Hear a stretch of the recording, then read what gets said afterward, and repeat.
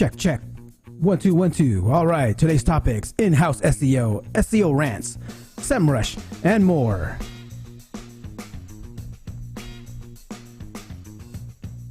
Today we have Mordy Oberstein, and we'll be talking about in-house SEO, SEO rants, Semrush.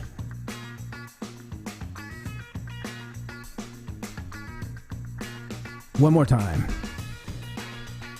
We have Mordy Oberstein, in-house SEO, SEO rants, Semrush.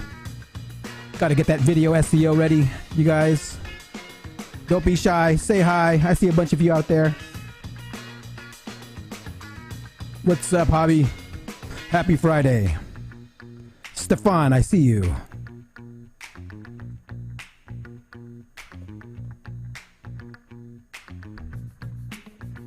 All right, let's do this one more time. Let's get my video SEO on. In-house SEO, SEO rants, Semrush, Mordy Oberstein. Come on, what's up, my man? I see everyone trickling in here. Today, I will be picking 5. I'm going to do some quizzes today, something a little different. I'll pick last week's winners with the picker wheel, but this week I will be giving away 5 copies of the Mastering In-house SEO book.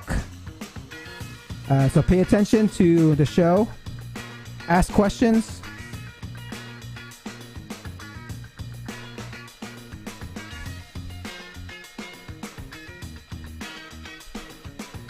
One more time. In-house SEO, SEO rants, Semrush, Mordy Oberstein.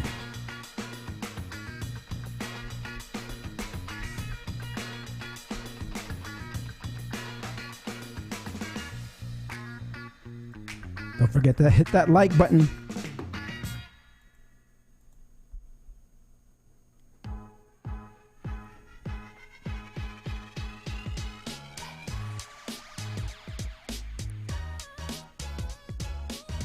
Oh yeah, here we go.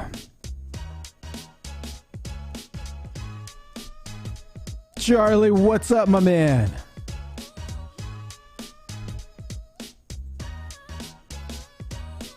Zen, happy Friday, high five.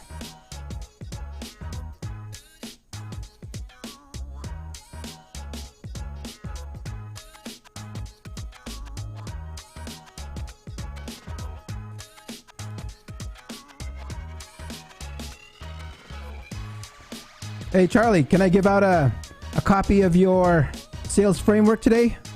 I got to pick some winners.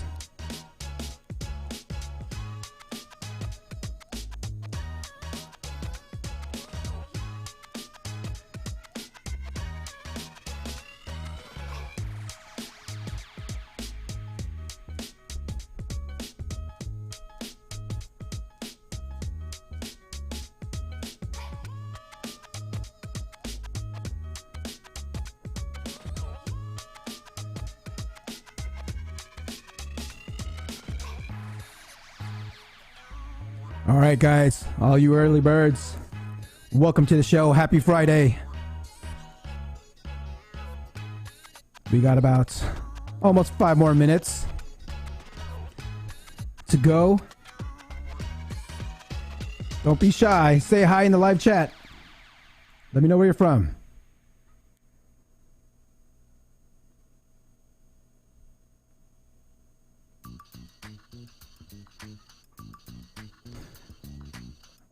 Be sure you pay attention today because I will be giving copies of the Mastering In-house SEO book that was just released last week. So be sure to check that out and pay attention.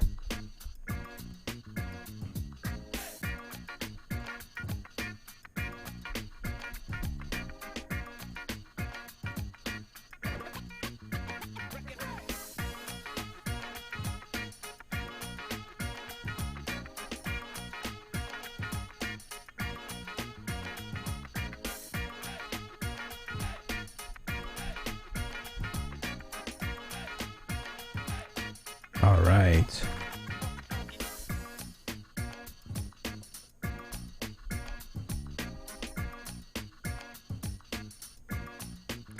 Morty, what's up, my man? I see you. Can you hear me? Yeah, I got my headphones. Why can't I hear you on my headphones? How you doing, dude? Good, good. All right, so I'm just going through the pre-show. Gonna do some giveaways real quick. We got about less than 4 minutes to go, and I'll introduce you in about 5 to 6 minutes when I'm into the show.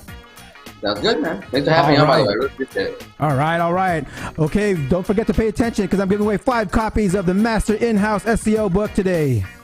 All right, cool. You got to remind me the 3 things that I said. I remember 2 of them. I remember the 3rd one. Oh, man. All right, guys, let's say what's up to everyone in the chat. Zen, what's up? Hobby, iFunk SEO, what's up, my man?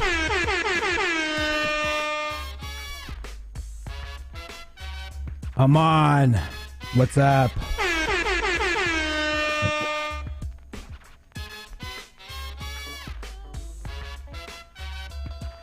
Charlie, all right, for you on the picker wheel today, I'll be giving away some SEO sales frameworks for you guys. So be sure, if you participated last week, see if your name is chosen and hit me up. That will be in about 1 minute.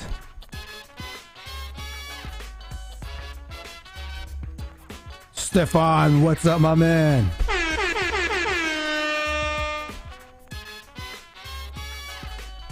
Victor, what's up, dog?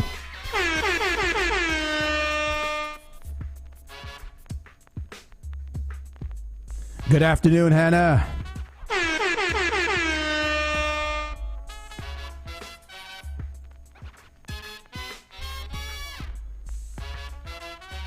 I see a bunch of you out there. Don't be shy. Say hi.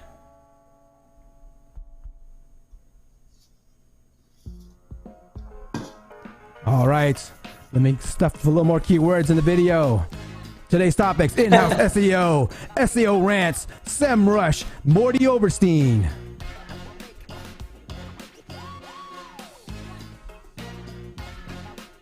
In-house SEO, SEO Rants, Semrush, Morty Oberstein.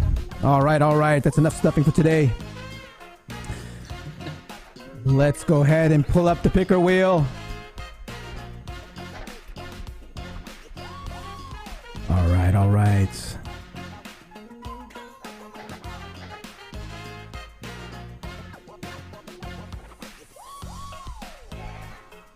All right, let's go ahead and pick this week's winners.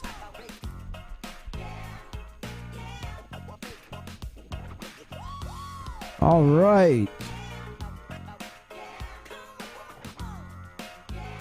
Guru Prasad, email me for your copy of the SEO Sales Frameworks by Coder Sales.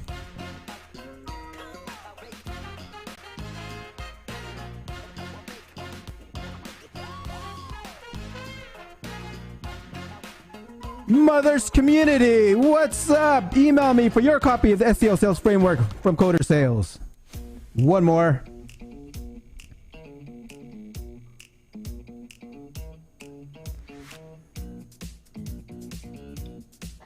Nor, email me if you want a copy of the SEO Sales Frameworks from Coder Sales. Thank you, Charlie, for giving those out today. You're the man. We got about 10 seconds to go.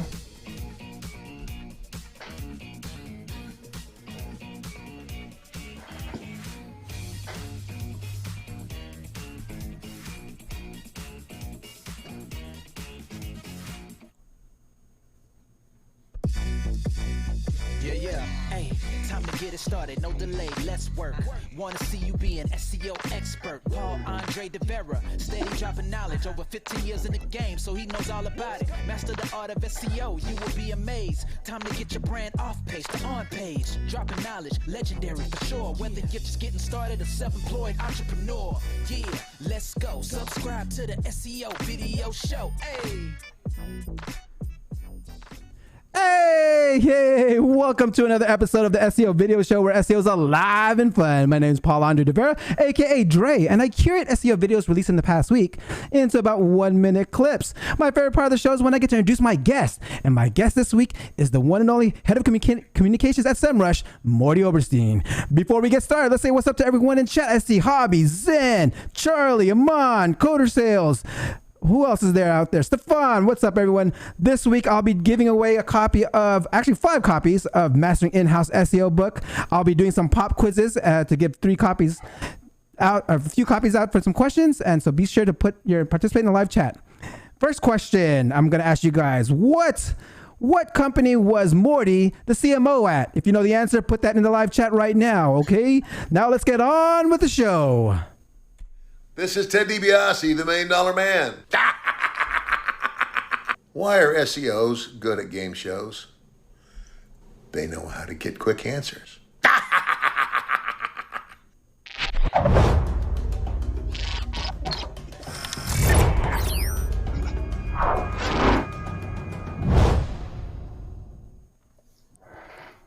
Don't forget to put your answer in the live chat. What company was Mordy Oberstein, the CMO at? And you'll get a free copy of the Mastering In-house SEO book. Okay, so first with Google. John Martin and Gary celebrate their recording over 20 episodes of the podcast. The discussion this past week, they were discussing on universal search. It's fascinating. You got to check it out. A new blog was posted on Google Search Central on simplifying the page experience report. Google launched a new version that simplifies the report by removing the safe browsing and ad experience widgets from the page experience report and fixes how missing data is handled. Have you ever wondered how machine learning works in search engines? Jason Barnard tries to explain it in 1 minute. Let's check it out. Frederic Deboo from Bing. I did a couple of interviews with him. He's a delightful chap, and he does the blue link algorithm, which is the core algorithm at Bing. He explained a great deal about that to me and talked to me about machine learning in a way that most of us can understand. And the idea is that humans tell the machine what the factors are. He calls them features. And then we give them the rules that what we think is going to be success and what is going to be failure for the machine. We then give it loads of data that we've pre-labeled. We already know what the good and bad ones are. And we say, here you go, Mr. Machine. This is a good result. This is a bad result. And we do it at vast scale. Then the machine figures out how to find a similar result, a good result, in completely new circumstances. That's when it's out there in the wild. And a quick aside. Did you understand now? Did you get that? I need to watch the entire video a little more, but it looks like we have a winner. Stefan, Rank Ranger is correct. Okay. Next month, just a quick reminder, next month I will be on Jason's channel talking about video SEO and how I grew this particular channel. So be sure to subscribe to his channel and hit that notification bell. Now let's continue with the conversation with NLP. Natural language processing has been a hot topic when it comes to content optimization. So what is it? Chris Penn gives his answer on his channel. Let's check it out. Fundamentally, under the hood, natural language processing is about getting machines to process language in ways that it can be used for one of 2 tasks, either classification or prediction. So if you get a big pile of text, you want to classify it and say, okay, what were the words used? What were the sentences used? Things like that. And prediction is, okay, given a series of data points, what's the next one? When people ask, like, the most simplified explanation possible, it's this. Right? It's turning one into the other. If you can do this, you're doing natural language processing. Right? But you're doing it manually is the problem. A lot of people do it manually, and that's fine if you have like one document. When you have dozens or hundreds or thousands or millions of documents, then you start running into scaling issues. There's simply not enough time in the day or people to be able to do that. Now, here's the important thing that people miss. Machines can't read. Machines cannot comprehend. They cannot understand what it is they're reading. If you go to the most advanced systems out there, like the GPT transformers, and you type in the sentence, not the numbers, but the sentence, 2 + 2 =, and you say predict, every one of us is going to say the next word's 4. The machine, in a lot of cases, when we try this, doesn't do that. It spits out something completely different because it has no comprehension. It has no understanding of what's reading. All it is doing is statistical probability guessing, saying that the probability of the next word in the sentence is this, and it doesn't know what it's reading. So one of the most important, I guess, warnings about natural language processing is that the machines don't understand what they're saying. Even if it feels like they do, they don't actually understand anything. Okay, that's enough technical related SEO for stuff for SEO. Let's get into something we haven't covered on the show yet. Keith from Minted Empire is restarting his YouTube channel, and he released a video on age domains. Let's check it out.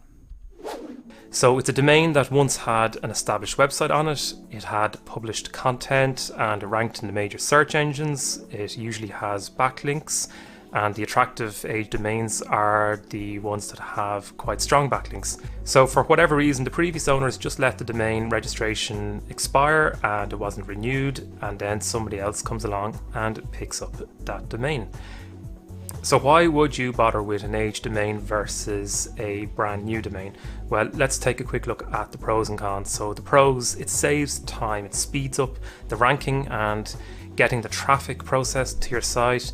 You can leverage existing powerful backlinks that you may never get yourself, no matter how hard you tried or no matter how long you actually waited. So jumping into the cons, well, first of all, there are higher upfront costs associated with an age domain. They are not cheap.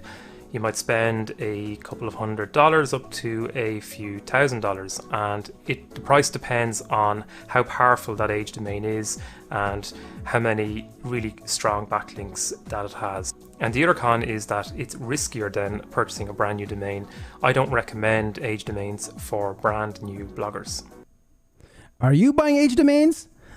I personally don't pay the prices for vetted age domains, but what I'll go through is I'll actually go through a phase of researching expired domains. You can watch the whole rest of the video of what he posted, because he goes through expired domains as well. But when you go through expired domains, it's like a treasure hunt. You're vetting these domains out. I personally use expireddomains.net.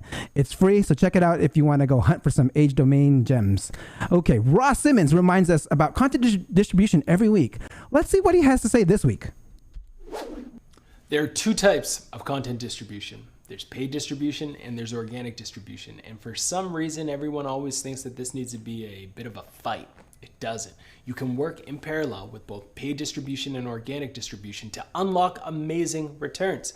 You don't need to just say, yes, we're going to run Google ads, we're going to run Facebook ads, and that's it. No, you want to ensure that you're running these ads, you're running from paid advertising efforts, but in parallel, you're also doing organic distribution. You're spreading your content organically through these channels as well. You're writing Twitter threads. You're sharing your content in communities like Reddit, forums, etc. You want to embrace both sides. Content distribution is the most underrated channel, the most underrated part of the marketing mix. And if you can invest in it, both paid and organic, you can unlock some amazing returns. He goes on to say you can create a competitive advantage by investing in what others ignore, niche publications and communities. Speaking of communities, this brings me to my favorite part of the show. Please ask your questions in the live chat and I will answer them in the order they were received. The 3 best questions I get will get a copy of the SEO Mastering In-house SEO book. So be sure to do that. So let me go ahead and don't forget to like and subscribe while I get things set up here.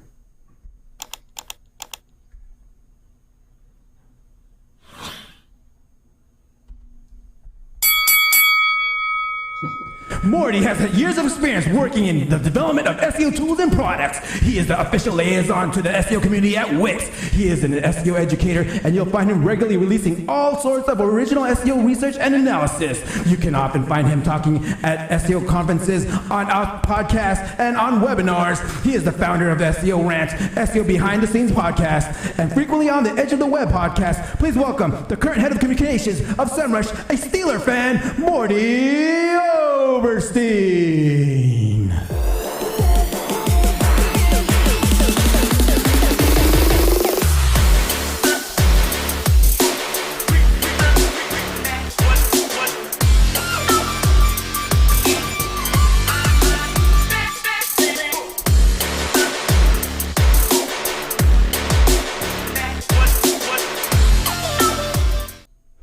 Morty, my man, how are you doing today?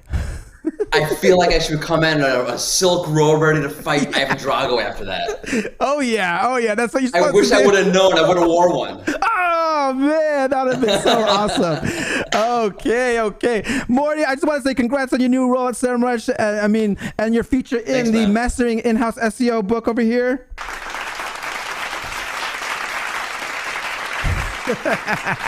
All right, guys.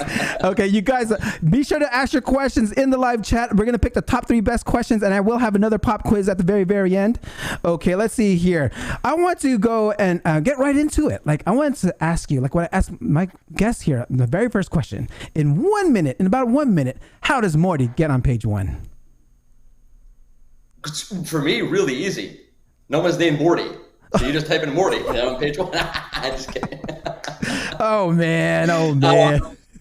I'm just kidding. It's about finding the highly targeted keywords that speak to your individual business, that speak to the pain points of your users, and we're just really driving that home on your website over and over and over again.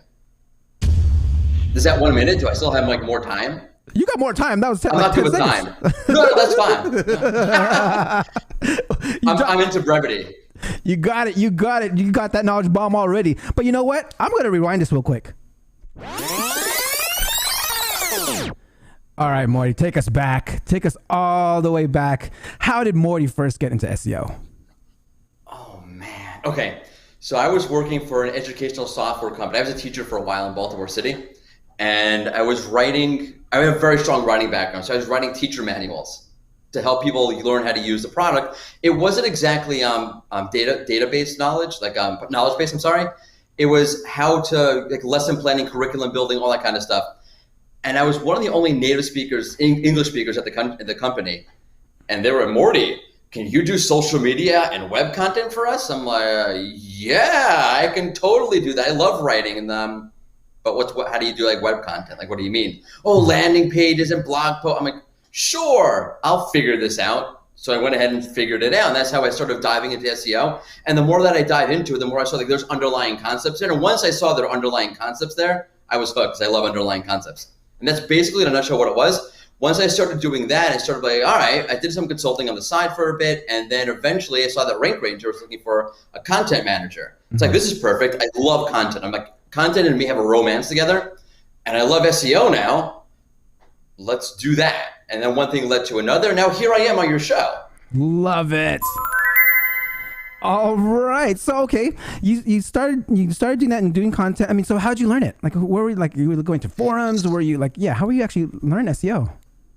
I was just reading everything I possibly could. And then you have to do a good job sifting it out. And this is what sucks for new SEOs, because you start looking for information. It can be really hard to find the right information or to separate out what's good and what's bad. But I'll tell you, the first thing that I saw was search engine roundtables on periodic table of elements, the SEO elements. Yeah. And that was a good journey, because once I'm looking at those things, it wasn't enough. Okay, so now you have element, whatever it was, on-page optimization. Well, okay, what is that? And just doing more searches. I think if you're into what you're doing and you realize, I don't actually understand this yet, and you feel that drive, like, I have to understand this, one thing will just naturally lead to the next thing. It's all, and this is what sucks or can be great depending upon where you start.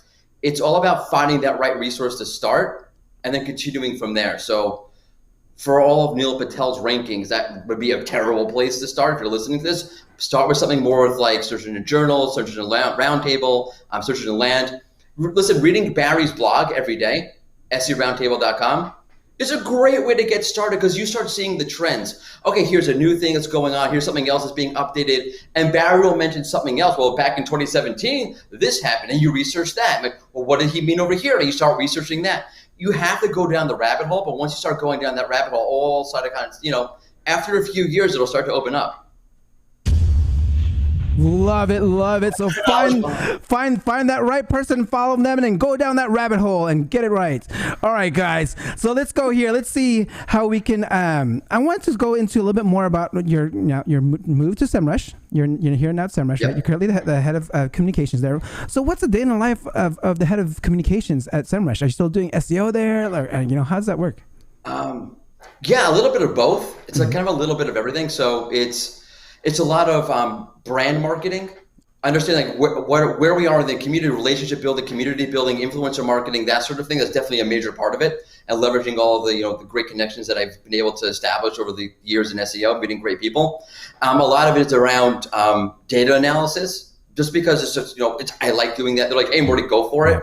So analyzing core updates, analyzing data trends. Google's doing the link spam update. I'm like, hey, can we track this, and this, and then check it in 2 weeks, and then maybe we could write a study about it if something shows up. So diving in. I love diving into like what's actually happening, trying to be able to hunt. It's the bad word, but sort of pick it apart and see what you can kind of pull out. And what kind of trends are happening. And then, of course, tracking what's going on with, Semrush organically, what's happening, where are we doing strongly, where are we not, and just kind of, collaborating with the other teams. Because there's so many different, it's such a big company at this point. Mm-hmm. Just kind of amazing that you have an SEO company the size of Semrush. It's really cool to be a part of that. But you have so many different parts of the machinery, and being able to collaborate with them and see, like, well, strategically, where do you want to go? Organically, what's happening? What after the last update, what happened? Where do we win? Where do we lose? Kind of to profile and pull out. What does it mean in terms of our efforts organically going forward? So all that really cool stuff. And of course, I have my side things where I'm optimizing my own side. Do some stuff on the side for my family, which they never listen to my advice anyway. All right. Yeah, you got great people over at Semrush. Shout out to Nico, Max, all your hosts that you have out there. You get Jason on there all the time. You get Craig Campbell on there. Great stuff out there. Okay, so we actually had a question come in by Hobby. I want to check it out real quick, what he had to say here. He goes, question for Morty. How technical SEO audits can lead to predictable indexability increase? How? Technical SEO audits, yeah. I mean, the really great answer to be if you consistently are auditing your pages and realize, hey, let's say you left something in the sandbox, there's a meta no index tag. Mm-hmm. So removing that would increase your predictable indexability. I would believe that might help you.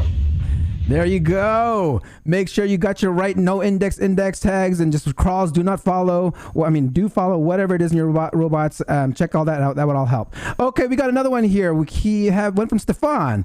Hi, Morty. How do you create a content plan and avoid overlapping the topics? Oh, that's a good question, because let me stop right there. What's theoretically so bad about overlapping the topics?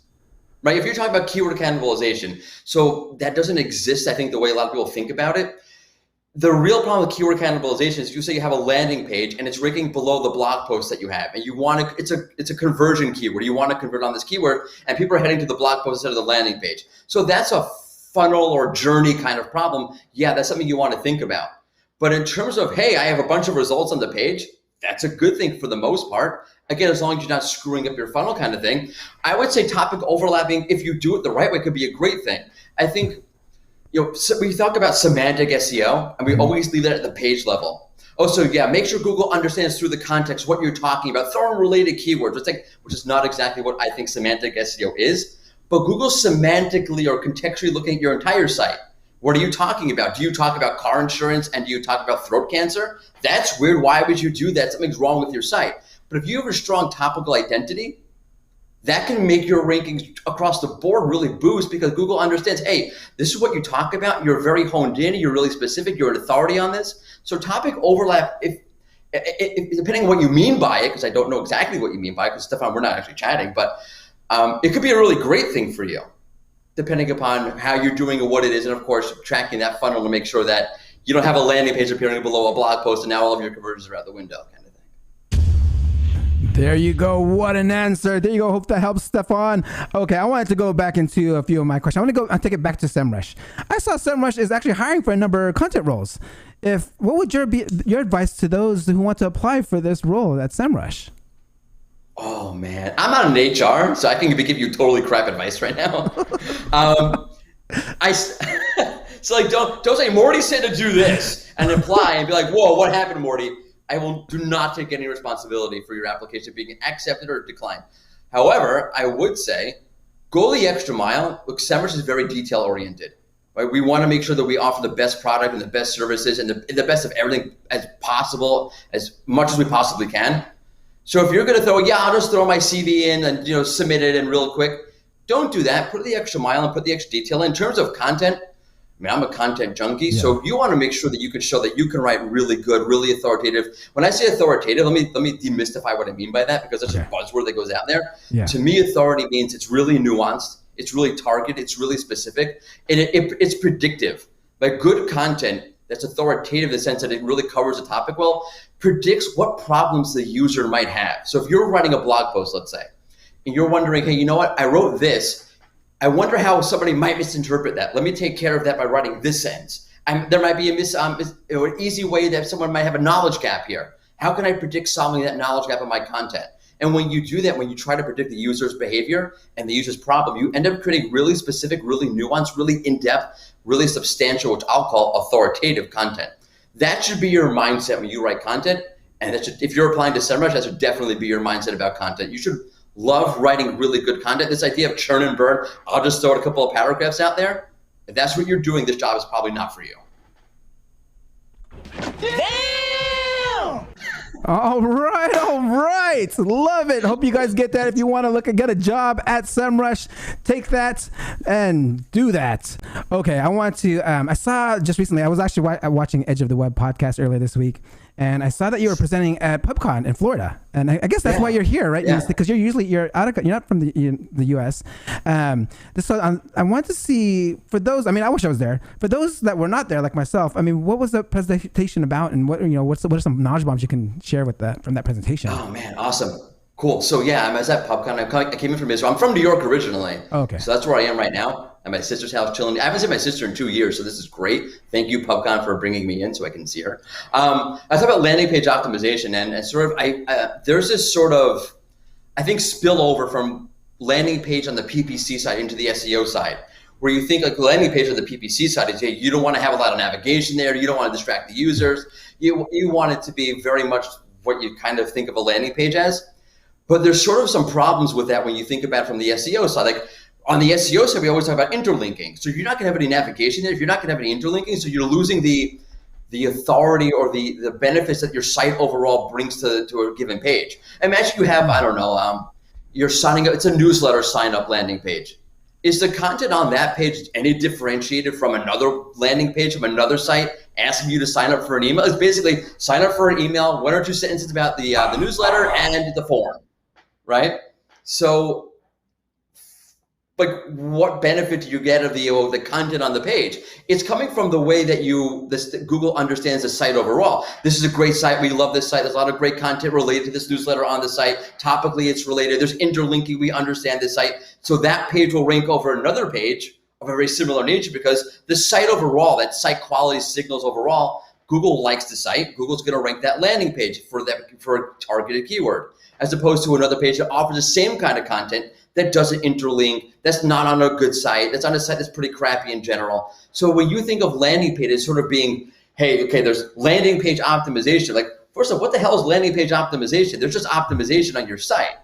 Mm-hmm. But landing pages aren't any different in the sense that you have to have, sound practices, and you need to connect the page to the rest of the website. Don't sort of like orphan the page by having completely disconnected because, we're about throw your blog post on the bottom of the page. Connect, if you have a great blog related to whatever that landing page is talking about, show Google there's a connection between that page and the blog. Get the benefits from your other pages. Don't sort of like isolate your landing pages because that's what you do in the PPC side. Yep. If you want to have a landing page like that and you don't want that to rank, because it probably won't rank, so just do a no index and create a separate page for your search. That's generally, Got it. There you go, you guys. Think about your landing pages. All right. I love that. Okay, so I want to bring something up. This is something you've mentioned here. This may be like raise some eyebrows here. Ranking is a false metric, and most SEO data in general, is problematic. What? This is coming from a dude, right? I work at Semrush. Can you elaborate on this quote that I found that you mentioned here? That's a great, first of all, kudos for pulling that particular quote out. So there's a larger problem in general with SEO data. Glenn Gabe and I talk about this a lot. Data in general needs to be parsed. So imagine you're reading a thesis, doctorate thesis, a master's thesis. The way the flow usually goes is abstract limitations. The limitations are very front and center because unless you know how to qualify this data, how to apply it, where to apply it, where the boundaries of this data are, you don't know how to use it and you could be using it the wrong way. Now in SEO, we don't really do that, right? Tools like Semrush, which is a great tool, obviously, give you a lot of data. Their job is not to qualify it for you. How is Semrush going to qualify how you're supposed to use this data? We don't know how you're using it. It's up to you to use it. So people don't stop and think, well, how do I use this data? First off, data is generally a trend. Let's say analytics. So when I was working at Wix, I still consult for Wix, by the way. We have Wix Analytics. So Wix Analytics is very much like Google Analytics, but there's differences in your analytics. People say, Morty, something's wrong with Wix Analytics. It's not the same as my Google Analytics. Of course it's not. We had a different, Wix has a different algorithm to pull out bot traffic than Google Analytics has. But my point back then was, why do you care? But you said, Wix said I had 200 visitors and Google Analytics said I had 226 visitors. Just look at the trend. Like, what are your trends? Data's a trend. Stop focusing on the specific numbers and then figure out where you can or can't apply that. How do you apply this data? Where do I apply this data? So if you're just looking at data as like sort of, okay, here's the information, I'm good to go. I can tell you whatever data you're looking at, you can keep parsing it and parsing it and parsing it in so many different ways. And obviously there's a point of diminished returns where parsing it is just not going to help you anymore. And if, you can find some nuanced slight detail that'll maybe help, but it's not worth your time. But just looking at data is like, well, here's the data. This is a gospel of everything. It's a completely wrong attitude towards data. But I'll give you an example, like in Semrush. If you're looking at estimated traffic, you go, oh, this is not what's going on in Google Analytics. Well, first off, it's called estimated traffic. Yeah. So we're not. Two, do you have access to your competitors' Google Analytics? No. So wouldn't you want the next best thing? Is it going to be the exact thing? Whoever said it was. But we think of data so linearly and without caveats and without thinking about it and without using data as data helps you paint a picture. Data helps you create a narrative, but there are many other things that also help you create a narrative. But for example, what's going on with the core updates? What are the trends coming out there? What's some data? Does the data I'm looking at align to that? Well, if it doesn't, that helps paint a stronger picture for what you want to do with your website. Always think of data as pointing you in a direction, not giving you the answer. That's what I meant. By the way, rank tracking in particular is the worst out of all of them because the goal is not to rank. The goal is to convert, to make money. So the best example was during the height of COVID. So let's say, I'm Travelocity. I'm ranking #1 for flights to Buffalo. Who's flying to Buffalo? Who cares? So you're not getting any traffic. It's just a vanity metric at that point. Yep. All right, it's all about the money, guys. Show me the money. So make sure you make that as one of your metrics to track out there. We actually had a question here from Aman. Just curious to know how Semrush manage internal linking. Not exactly 100% sure the particulars of what you mean, but in the backlinks reports that we offer, so you can run through your site, you can do an audit on the site, and you can see how many internal links a page has, the depth of those links. So there's a whole internal link filter that you can pull out in order to see, do you have orphan pages, or do you have pages that maybe could benefit from more internal linking, all that sort of stuff. I encourage you to go look, play around. This is the thing about Semrush that I think you should be very aware of. There's so much in there. I myself go through like, wow, I had no idea that exists. And I try to go on Twitter when that happens. Like, I had no idea this was there. Check this out. But go in there, play around with the various tabs and the various filters and the various settings within a report, and you can really pull out some really nice gems. It definitely plays not just to go look at the top level report. You'll always see a set of like, tabs and filter options. Play with those, look at those, and you'll get some really cool depth in there. Love it. Hope that helps out, Aman. And just so you guys know that Semrush actually just updated their backlink product, so you can get like a ton of backlinks. You can like up to date, real time almost, I think. But they updated. Check Basically, it out. Yeah. Wow. Okay, we had nothing's in real time. Okay, no one's linking to you 3 seconds later. It shows up in Semrush. But we updated it that it's very, very quick. There you go. All right, we had Bradley here saying very interesting. We have one more question here from Hobby. I think Hobby wants a copy of this book. He's asking a bunch of questions. All right. Can you tell something about the pages with high bot visits rate but with poor interlinking? Can you tell? Well, there's a lot of ways that Google can interpret which page is important and which page is not important. Internal linking and site structure definitely help. Right? If you're internal linking on a page that's 5 clicks, 20 clicks into your site, Google's not going to say, well, that page is super important, and the page where you have less internal linking, but that's one click away from the homepage, is not important. Interlinking is low-hanging fruit. It's really important. It's not, again, it's not one thing. There's no one thing. Also, you can have other sites linking to you that would say to Google, hey, Google keeps finding this page from other sites over and over and over again. Like, all right, well, that's probably a really important page that we're going to keep finding over and over again from whatever sites are linking to you. So it's not just one thing. Think about it in this general SEO. Think of the whole picture. There you go again. I feel like I had a conversation with Hobby also off the live, and he was talking about like, would you rather? I was telling him like he said he was told that he needed 10 interlinks to get this page like ranked or boosted up. I was like, you know what? If you wanted to get really crawled and ranked, get a link from the homepage. And you just mentioned that, like, if you want a link, get it linked on the homepage. All right. I think John Mueller just talked about that. Nice. Okay. All right. Now I want to go into something where. Let's talk about like what motivated you to start your like podcast, SEO Rant, and like you actually start a new one, because I'm curious, because I want to we'll go after when you talk about like how you developed the SEO Rant. Like, let's tell me the story of how did the SEO Rant podcast come about. So I have a big mouth, basically. That's how it came about. I'm very opinionated. No, so I was doing a podcast over at Rank Ranger called the InSearch SEO Podcast, and I was doing a lot of blog writing at the time. I always liked speaking. I was a teacher at one point, so I'm very into the professional art of transmitting information, and talking is just a great forum for that. And I wanted to meet more people. So podcasting, one of the benefits of podcasting is that 5 minutes before and after the show, you could develop some really great relationships. Carolyn Leiden over at Search Engine Land. Sorry, Search Engine Land. It's like my BFF in the SEO world. I met her by doing a podcast. Oh, okay. And just so you can meet people and you can share ideas, and it's just a great way to get going.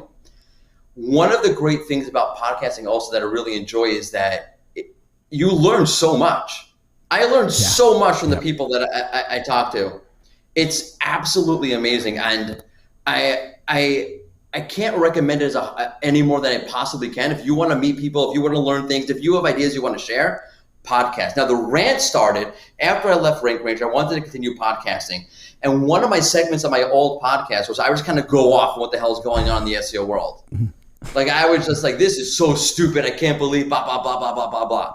So I'm like, all right, let's do a podcast. Let's call it the SEO Rant. And I'm like, all right, but now I want to have guests on. How does this work? What am I going to do? How does it align with my vision? And I decided there's so many podcasts where you have, Q&A and your scripted questions from beforehand. It's very formal and it's very structured. I'm like, why don't I have people on? And this came from me when I would go on podcasts. I would be like, I really wanted to get to topic X, and I just didn't. Like, the host never took me there. Oh. Why don't I give complete control over to the guest? So basically what I do is I do an intro. Here we're talking with so-and-so. We're talking about X. Go. What do you want to do? Rant. And you can take it, you can go for 20 minutes without me interrupting you. Great. You want to go 2 minutes and have a conversation? Great. It's your show. Do whatever the hell you want with it. Just don't burn it down, please. And that's the SEO Rant. Love it, you guys. Remember that. I mean, I feel the exact same way here. When you start a podcast, video podcast, you get to meet a lot of people and learn a lot of things. And if you can do one, I highly recommend one to meet new people. We can't really network in person as much, but you can online. And hey, I met you through this, right? I have never met you in person, and I'm now we know each other. Yeah, we know each other. We're just cracking up. All right. So here, I want to go. Okay, we actually got another question here. I want to go ahead and bring this up before I come on. Can you share some tips on how you tackle as an in-house SEO with web dev team and content teams? I guess that relationship. How do you tackle? How do you tackle that? Some tips to tackle that. So that's a really good question. It's in the book. It's one of the things I talk about, right? In that chapter of the in-house marketing book from Blue Array. I'll give you a good example from Wix. So Wix is huge. It's 4,000 people, 4,000 plus people. I'm probably getting that number wrong. Could be more. And you have massive teams. You have an SEO team. Then you have a dev team. And the dev team is a serious dev team. But the dev I used to work with, he's on the Chrome advisory board. So it's not like you're talking to someone like, I'm just a dev. Like, these are serious devs. And you have things like Core Web Vitals going on, which is sort of like an overlap issue. It's a dev issue. And I don't think SEOs appreciate how much of a dev issue it is. When you start talking to a real dev about Core Web Vitals, which I was privileged enough to work with Dan Shapiro over at Wix, who's on the Chrome advisory board about this. He's one of the people telling Google, yeah, I think you should do X with Core Web Vitals. And you get that perspective, how deep down the rabbit hole and the dev perspective it actually goes, and the problems that Core Web Vitals presents.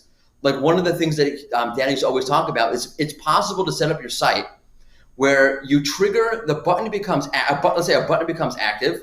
The JavaScript never fires when you click on it. So nothing actually happens, but the button's clickable. And that counts for your FID. That's like a loophole in FID, by the way. Every SEO out there just heard it be like, oh, great hack around FID. Don't do that. It's a bad user experience. Remember that, guys. But when you see how wide of an issue is, so now you're talking to people who are way more of an expert than you are on Core Web Vitals, let's say. But from the SEO impact, you're the expert. So now it becomes a matter of, in a really productive way, without yelling and screaming, voicing your concerns. There's what happens if we don't do this? What does it mean to me if I do this? What are the pros? What are the cons? And what's the ROI on this? And the ROI, you can look at it from a very linear point of view, or you can look at it from a very holistic point of view. What's the long-term ROI? What's the perception ROI? Whatever it is.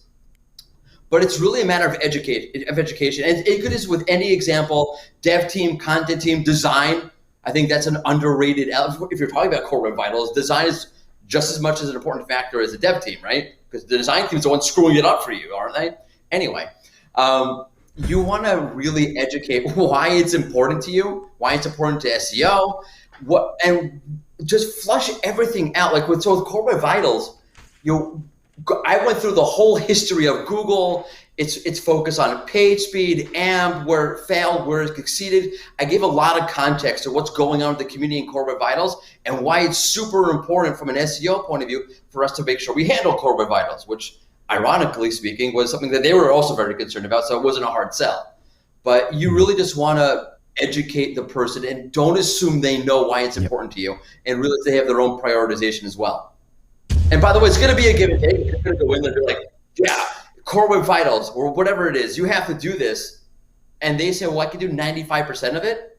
I would take the 95% and screw the 5%, just like let that go. You're never going to get it 100% to your liking. There you go, guys.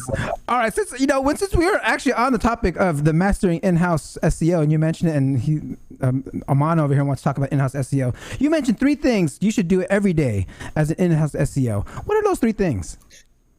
I don't remember. One of them was educate the team, was education. Yeah. The other one was, I think, was thinking about things from a brand point of view. So I have a whole rant about this. Google is getting qualitatively better at understanding content. There are major gaps. There's also major successes. And I love it. Everybody's hyperbolic about it. Google can do everything. Or no, it's not true. Google can't do anything. It's somewhere in between. Some of the things that Google's been able to do are seriously impressive. I'll give you a quick example. Back in the September 2019 core update, so when I was analyzing the pages that were doing better, I came across a bunch of loan sites that just really tanked, and it was on landing pages actually. I was trying to figure out what's the pattern. Why were these landing pages all tanking, and why were these ones going up? So they were landing pages to buy loans that could theoretically ruin your life.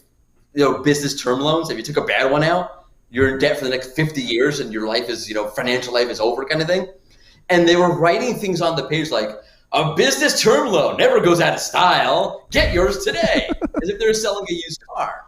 What happened was Google picked up on the tone. Now, did it understand tone and inflection like I understand and you understand tone and inflection? No. What it did was it was profiling word choice. And if you're using marketing word choice on a page that should be very much information, though, even though it's a landing page, it said, this doesn't seem right. And it killed their rankings. So Google's holistic in a simulated kind of way. And the idea is, how do you approach creating content? You could approach creating content from the particular point of view of, I'll have my keywords and from a very SEO-ish kind of point of view. Mm-hmm. I like to approach content from a brand point of view. What do I mean? If you're a brand marketer and you're looking at a web page, let's say a landing page, You're not looking at how well is it going to convert. You're not looking at how many keywords you have there. If you're on the branding side, you're looking what message and signaling does this page put out there? What is the perception of this page? What kind of messaging does the user latently walk away with? And I just said this at PubCon, like your brain, we're talking about SEO about AI, your brain is SEI on Barry Bonds level steroids. Your brain is able to take so many signals so quickly and latently come to a conclusion without you even understanding anything what's going on behind the scenes. You look at a web page, you're like, wow, there's too many ads, there's too many CTAs, that the coloring looks off, it doesn't look like it was well developed. All these things kind of come together and give off latent signals and latent messaging. You want to do that as an SEO. You want to wonder what messaging, what signaling does the page give off? When the user looks at it, what do they feel? Do they feel like this is kind of spammy, kind of creepy, kind of overselling, kind of too pushy with the, getting me to convert kind of thing? Because that's what Google's trying to do. They're trying to mimic that. They're trying to mimic those underlying sentiments that the user walks away with. Now, are they there yet? No, but you shouldn't keep going after moving goalposts kind of thing. Mordy Oberstein just put a whole Twitter thread on Semrush actually about this. You can chase goalposts every single day, but that's not, at a certain point, you're just gonna be chasing your own tail. You kind of want to, a Wayne Gretzky it. You want to skate towards the puck.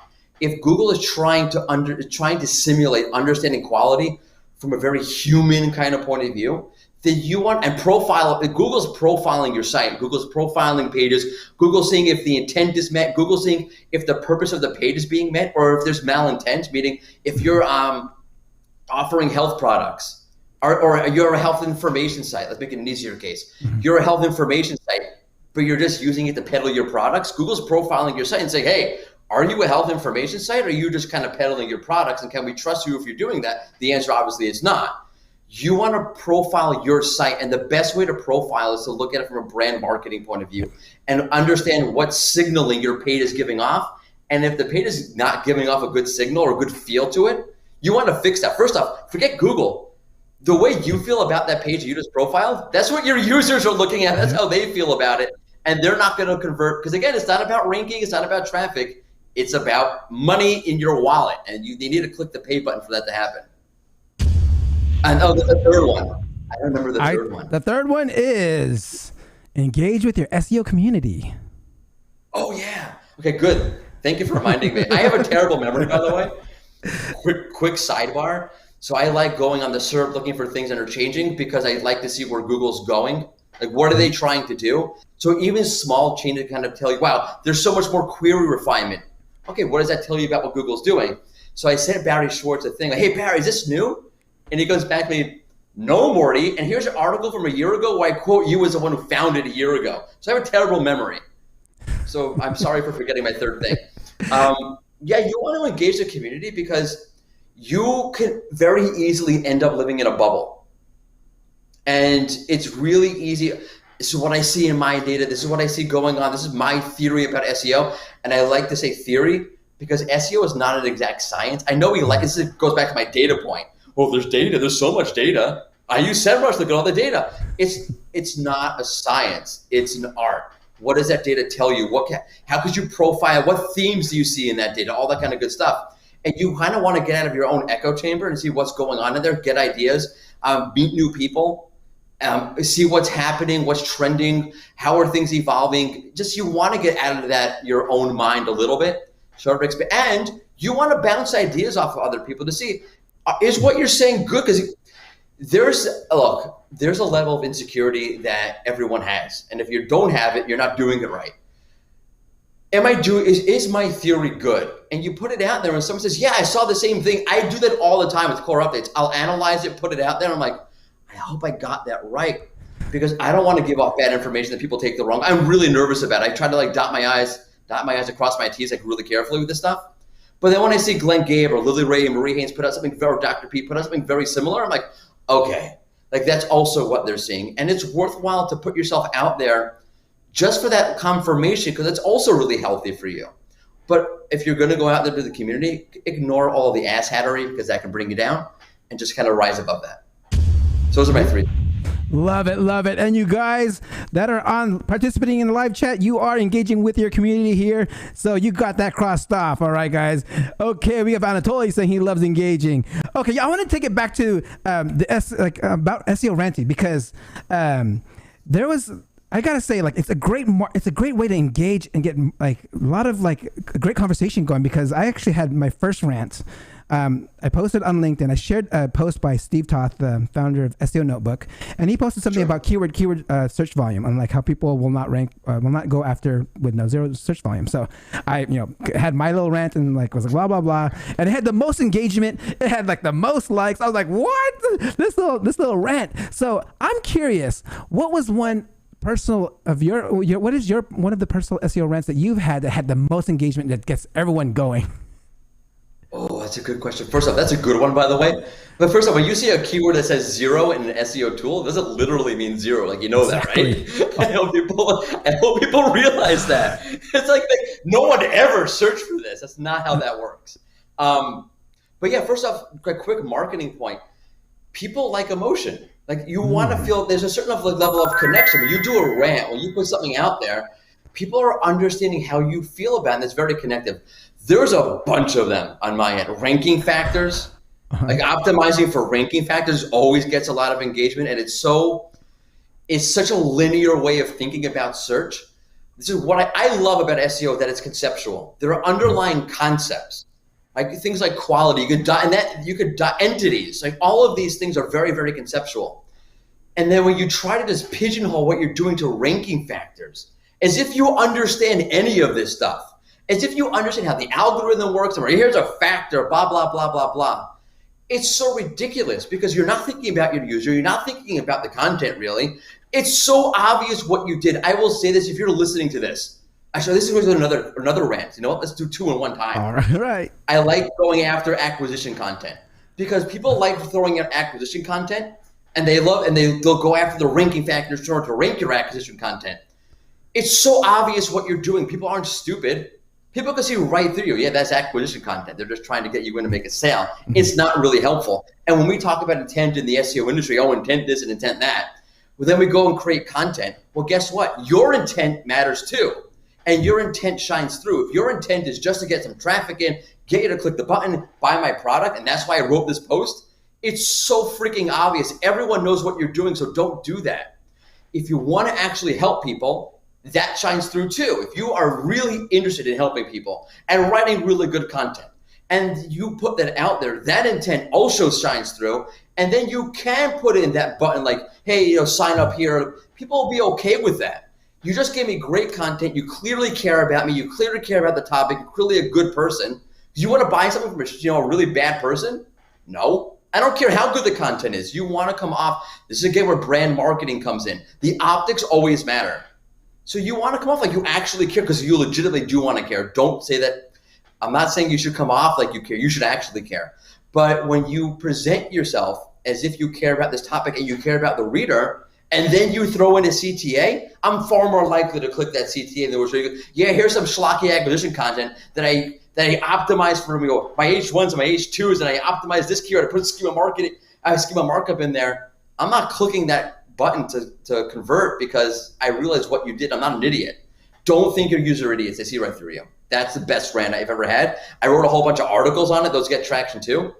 And I think in general, if I can zoom out and give you like a meta rant that works, think about the underlying principles of what's going on behind things. When you're looking at acquisition content, think like, okay, or versus not acquisition content. What are the underlying principles of what you're trying to do here versus what you're trying to do there? And zoom out and talk about those underlying meta elements, because I think no one does that. Everyone's always running 5 ways to do this and 4 ways to do that and 6 ways to do this. And by the way, when I see that, if you're writing to this is where intent comes in. If you're talking to a more advanced user base, the second I see 5 ways to do this, I'm like, 5 ways to get the hell out of this article really quickly. I'm not reading it. Excellent. All right. Thank you for that, Morty. Love it our conversation here. Okay, but we are coming close to the very, very end. And if anyone has any more questions, because I'm going to ask my last question, go ahead and throw it into the live chat, because my last question I ask all my SEO professionals that come on here is like, if someone wants to get into the SEO industry, become an SEO professional, what's some advice that you can give them? That's a great question. One is, so it goes back to what we were saying before. One is interact with the community. And interact, I would definitely make sure you're on Twitter for sure. A lot of the core people are on Twitter. There are some really good Facebook groups. There's the All-Stars Facebook group over at Semrush, has some great people in there. Find the right people. And then you want to find the right content. I will tell you off the bat, the first thing you should be doing every morning is reading SEOroundtable.com.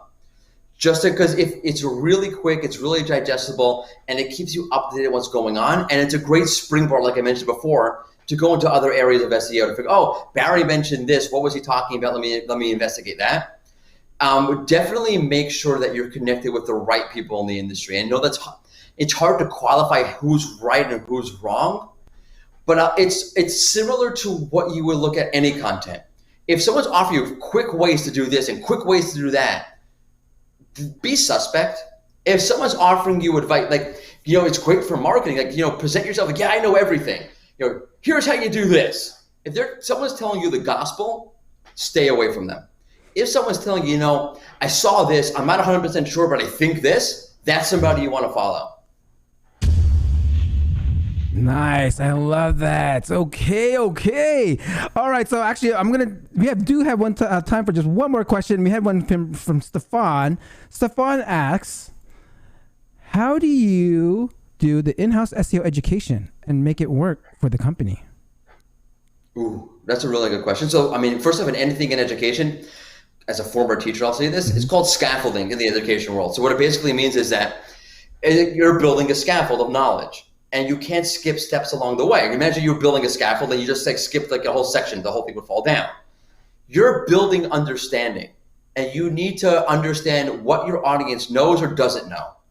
And you need to very carefully build that knowledge so that you're not skipping steps along the way. Because if they have a gap in what you're trying to say, everything after that gap, and that might be some very important things, loses its context, loses its importance, and you can't buy in.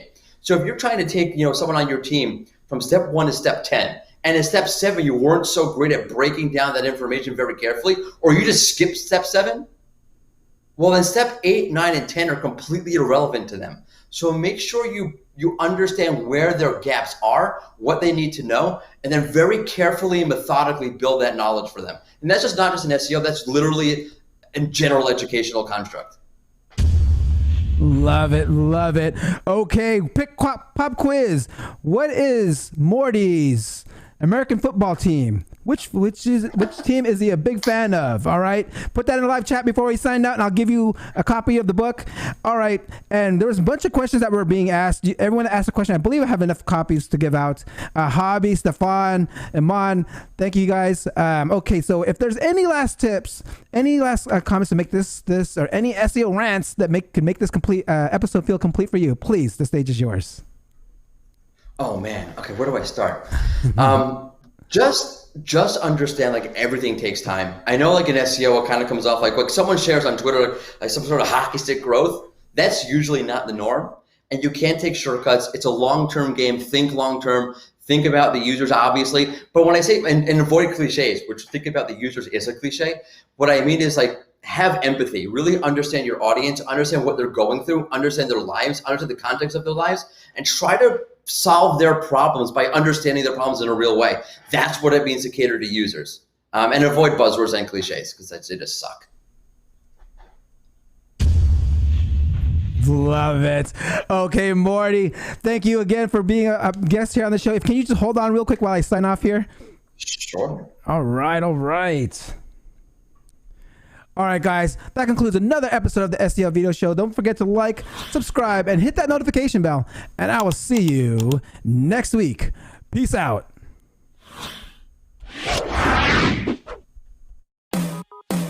Thank you for watching. Hope you come back next week. Make sure to subscribe. You don't want to miss a thing. Hope you learn something new because the vibe is incredible. From the special SEO professionals, SEO video show. Let's work. Want to see you be an SEO expert. Paul Andre de Vera helping you step it up. No delay right now. Time to level up. Hey, thank you so much for watching. Make sure to subscribe. Woo!